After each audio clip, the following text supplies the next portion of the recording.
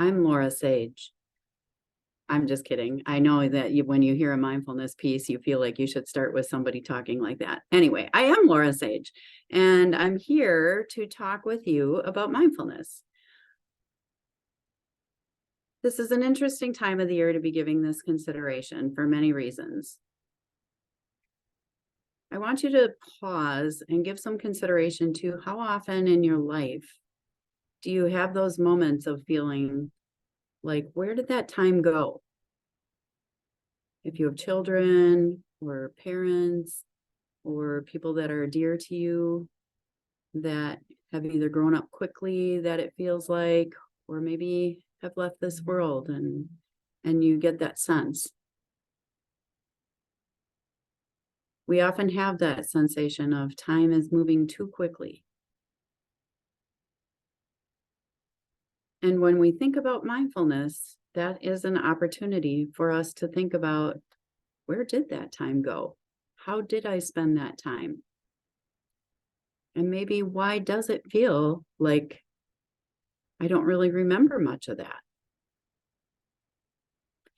So when we get into the space of really understanding the importance of taking moments of actually being present, we have a recent event that just happened, New Year's Day.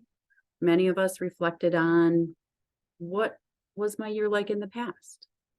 What are my goals, and what do I want to accomplish in this next year?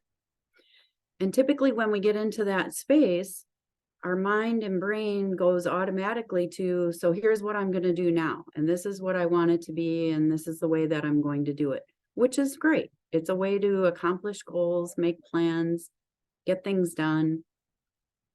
But when we took that time to reflect on that past year and then to think about that new year, think about, at any point, did you take a moment to say, but what's happening right now, right here, in this moment?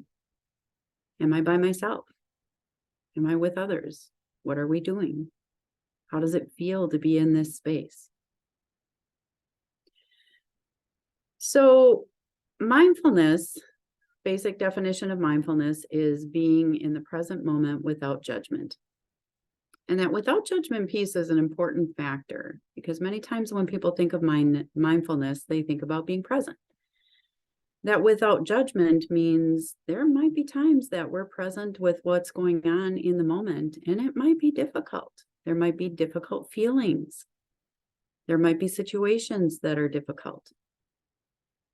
But when we're taking our time to actually be present and with that space, we're better able to do what we need to in that time and to allow ourselves to feel what we need to feel.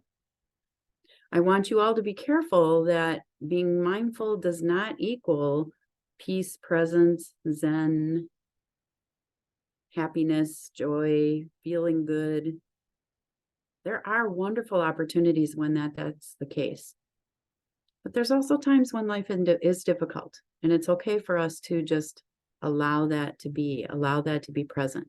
As a matter of fact, when we have difficult feelings, the more we push those aside, tuck them away, don't allow them to happen, our mind is wired to allow ourselves to have those experiences. So they don't go away. They just typically come back bigger, stronger at some other point.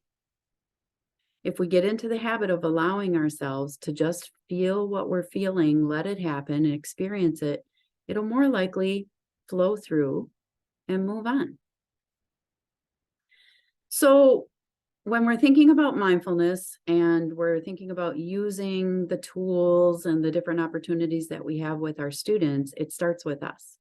It starts with us beginning our own mindful practice, our own journey, and then inviting our students and kids to come along with us on that journey, helping to guide them on their journey and doing it together. That way we're demonstrating it, we're embodying it, we're feeling it, we're seeing what's hard about it, we're seeing what's wonderful about it, and allowing the kids to take that journey along with us. So in our school district, we have a number of different tools that we can use. If you're beginning a mindfulness practice, as many of you may be, and as many of your students may be, to start with, let's take a breath and meditate is kind of an end game, a goal to reach eventually. That's a hard place for many people to start.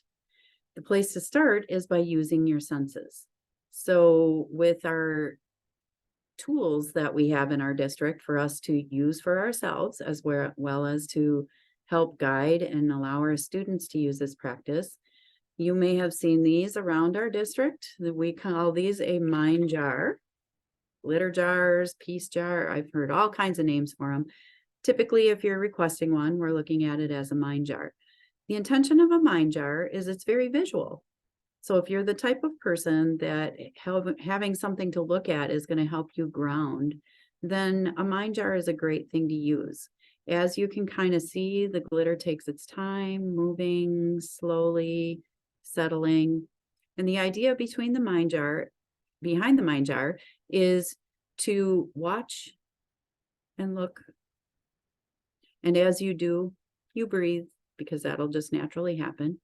And that's a good thing, to help us become present and in that space, and to allow things to settle along with the jar.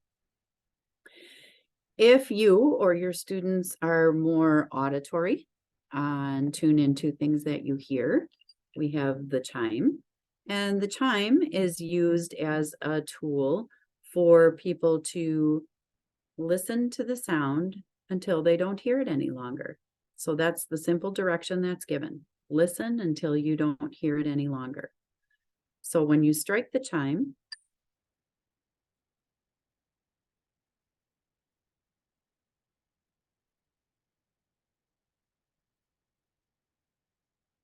and you continue to listen until it isn't there anymore. Innately, when given the direction, and people are competitive, which helps, innately when given the direction of listen until you don't hear it anymore, if you're listening that intently, you aren't talking, you aren't thinking about other things. Again, it gives yourself that little break, your mind that rest of just that single thing to focus in on and tune into. For yourself or for kids, if you're more tactile, and this also has a visual component to it, we call these, they are a Hoberman sphere, but we call this a breathing ball. So we use this so that it's a visual and a tactile piece in order to give ourselves some space to take a breath. So it works like this. We work with our children to say, take a slow, deep breath in, and then let all of that air out.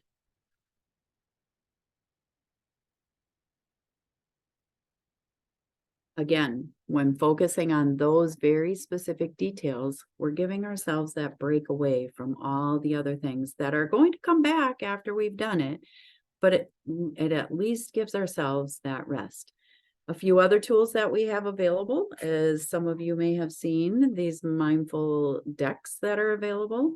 The way that these can be used is there's a number of different categories in those decks. There's stillness, listening, grounding, strength, and community. You pull out a card, there's a sentence starter under each of those categories. And this is a great thing that you could use in like a community building circle to be a sentence starter and have the kids go around the room. So there we're combining community building with restorative as well as the mindfulness piece to it. They can be adapted for pretty much any age. Some of the starters might be a little bit higher level for some of the younger kids, but you can kind of shift through and see which ones are working for the kids you're working with. Another option that we have is the Mindfulness Matters game. This one now is for upper elementary all the way through secondary. And that is actually a game that they go through, and their activities of doing some sort of an activity, having some kind of a conversation. And each time that they do it, they receive a letter that eventually will spell mindful, and whoever gets to mindful first. So that's the basics of that one. And the final thing that I wanted to share with you as far as tools and for today, now this is for secondary only. We do have a book available to you if you are interested. It is called Teach, Breathe, Learn. Again, this is for secondary. If you want to learn more about incorporating mindfulness into your classroom space with secondary students, as well as some little lessons and tips and tricks and tools and things that you can use. So if you're interested in that, that's available as well. The other thing that I would like to go through with you is to just take a moment for us together, right here, right now, to settle the soles of your feet against the earth, settle yourself into the space that you're in, feeling the surface that you're sitting on or standing, maybe gazing downward, and just taking a moment to take a breath at your own pace, just simply noticing the inhale and noticing the exhale.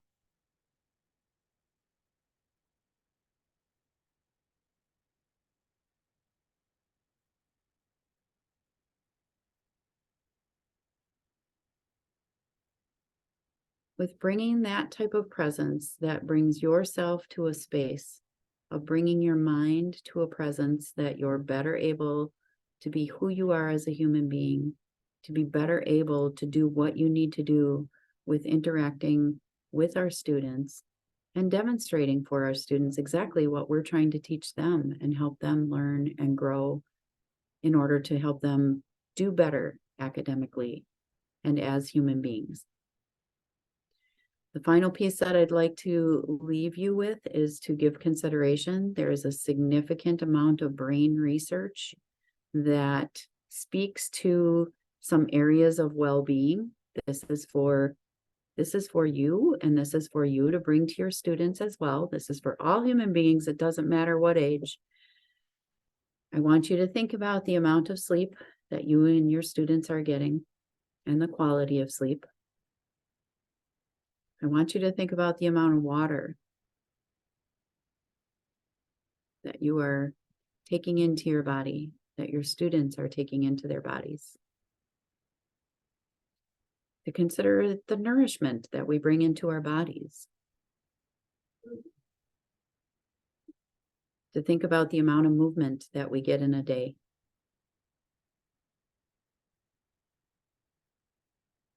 To get some time in nature, even if it's for just a few minutes a day.